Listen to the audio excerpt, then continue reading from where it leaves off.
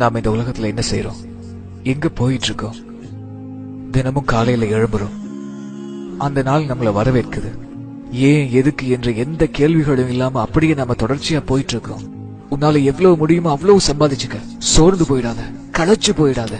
டிவியில எதையெல்லாம் பாக்குறியோ அதெல்லாம் அப்படியே செய்.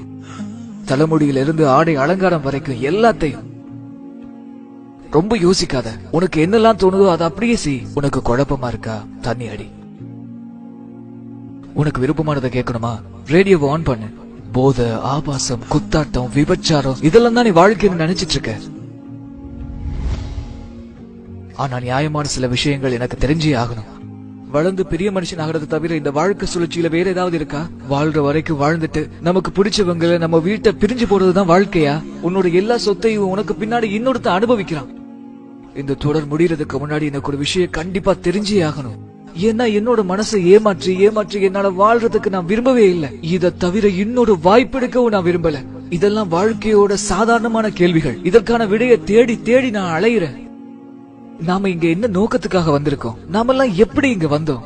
யார் நம்மளை இவ்வளவு நேர்த்தியா படைச்சது? இந்த உடல்ல எந்த விதமான குறைபாடையும் காண முடியாத அளவுக்கு நம்மளை இவ்வளவு அழகா படைச்சது யாரு? நாம இந்த உலகத்தை விட்டு போகும்போது நமக்கு என்ன நடக்கும்? இல்லனா இந்த உலகத்துக்கு மதிப்பு இருக்கா இல்லையா? இந்த கேள்விக்கெல்லாம் நமக்கு இந்த பதிலே இல்ல. இந்த உலக வாழ்க்கைக்கு நோக்கமே கிடையாதா? எல்லாம் தானா உருவாகிச்சா?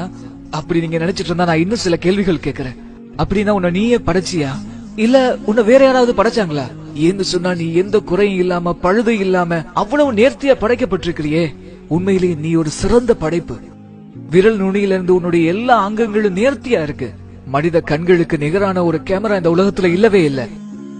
மனித மூளைக்கு நிகரான ஒரு கம்ப்யூட்டர் இந்த உலகத்துல எங்கேயுமே கிடையாது. அகில உலகம் அண்ட சராசரத்துல இருக்கிற எல்லாரும் சேர்ந்தாலும் ஒரு ஈய கூட படைக்க முடியாது.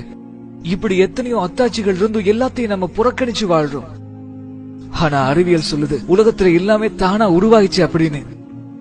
ஒரு சின்ன கணக்கு 0+0+0 என்னைக்குமே 1 ஆகாது.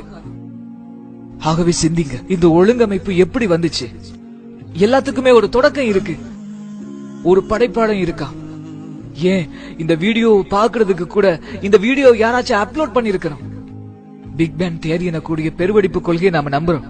ஆனா அந்த பெருவெடிப்பு கொள்கைக்கு காரணமானவன நாம நம்ப மறுக்கிறோம்.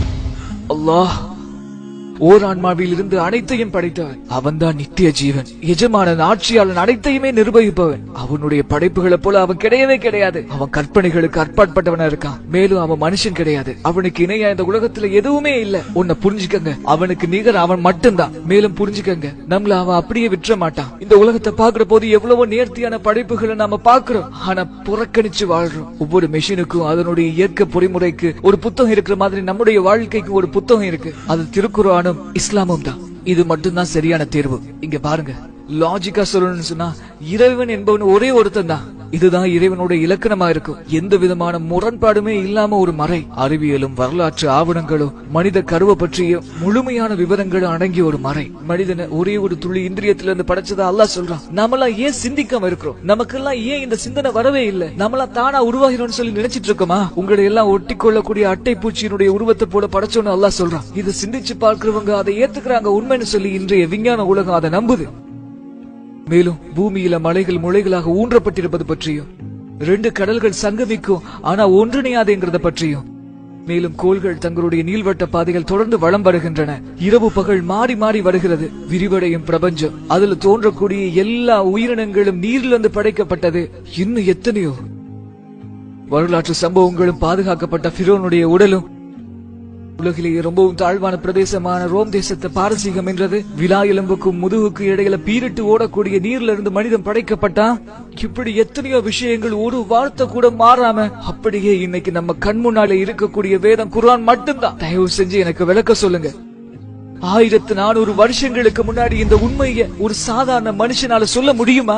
அதுவும் எழுத படிக்க தெரியாத ஒரு மனிதரால எப்படி இந்த விஷயங்களை எல்லாம் சொல்ல முடியும்? இறைவனுடைய வானவர் சொன்னதை அவர் அப்படியே மனிதர்களுக்கு சொன்னார். இதுதான் உண்மை.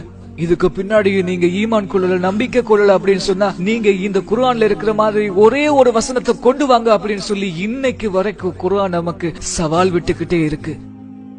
நாமெல்லாம் இறைவனை கேளிக்கை ஆக்கிட்டோம். அவன் தந்த வேதத்தை நகைச்சுவையா, நகைக்கப்படக்கூடியதா, ஏன் சொல்ல போனா நாம காமெடி ஆக்கிட்டோம். நாமெல்லாம் எப்படி வாழ்றோம்? நம்முடைய மனசு என்ன சொல்லுதோ அதை கேட்டுக்கிட்டு நம்ம மனோ இச்சை பிரகாரம் நம்ம வாழ்ந்துகிட்டு இருக்கோம். இதுதான் உண்மையான வாழ்க்கையா இருக்க முடியுமா? இந்த உலக வாழ்க்கை தான் நிரந்தரமானது அப்படின்னு சொல்லி நம்ம நம்பி வாழ்ந்துட்டு இருக்கோம். நாமெல்லாம் வாழ்றோம், இருக்கிறோம், பின்னால மண்ணோட மண்ணா மக்கி போறோம். ஒரே ஒரு சின்ன திருத்தம், புற்பூண்டுகள் கூட செத்து அழிஞ்சதுக்கு பின்னாடி மழை பெஞ்சா அது மறுபடியும் உயிர்த்தெழும். அல்லாஹ் சொல்றான், நீங்க இறந்ததுக்கு பின்னாடியும் உங்களுடைய விரல்களுடைய நுனிகளை கூட நாங்க திருப்பியும் மறுபடியும் நேர்த்தியா கொடுப்போம் அப்படின்னு. எதுவும் அவனுடைய பார்வையிலிருந்து மறைஞ்சிட முடியாத மகத்தான அந்த இறைவனுக்கு மிக அருகாமையில நாம எல்லாரும் இருக்கிறோம். அவன் மிக அருகில இருந்து நம்மள கண்காணிச்சிட்டு இருக்கான். அதை மறந்துடாதீங்க. மேலும் இதையே நீங்க மறந்துடாதீங்க, நம்முடைய சொத்து, செல்வம், ஆரோக்கியம், குழந்தைகள் எல்லாவற்றை கொண்டு நாம சோதிக்கப்படுவோம். எல்லாம் நமக்கு வசப்படுத்தி தரப்பட்டிருக்கிறதையும் நீங்க நினைச்சு பாருங்க. நம்முடைய செயல்களுடைய ஏடுகள் நாளைக்கு நாம மறைஞ்சதுக்கு அப்புறம் நம்முடைய கைகள்ல கொடுக்கப்படும் அப்படிங்கறத மறந்துடாதீங்க. நாளை மறுமையில நாம யாரையும் குறை சொல்ல முடியாது. நம்முடைய கணக்குகளுக்கு, நம்முடைய செயல்பாடுகளுக்கு நாம மட்டும்தான் பொறுப்புதாரி. அல்லாஹ் கேட்கிறா, என்னிடம் திரும்பி வரமாட்டேன் என்று சொல்லி நினைத்துக் கொண்டிருக்கிறாயா? என்ன புரிந்து கொள்றதுக்காக ஒரு நீண்ட வாழ்க்கை உனக்கு தரப்பட்டதே. ஆனா நிலையற்ற இந்த உலக வாழ்க்கையில நீ ரொம்ப மகிழ்ச்சியா இருந்த. ஆகவே வாசி வாசி, உண்மையை சொல்ற குர்ஆன ஒரு தடவையாச்சும் முழுமையா வாசி வாசி. நம்பிக்கை கொண்டவங்களுக்கு அதுதான் நற்செய்தி. நிராகரித்தால் வாசி. உண்மையை சொல்ற குர்ஆன ஒரு தடவையாச்சும் முழுமையா வாசி வாசி.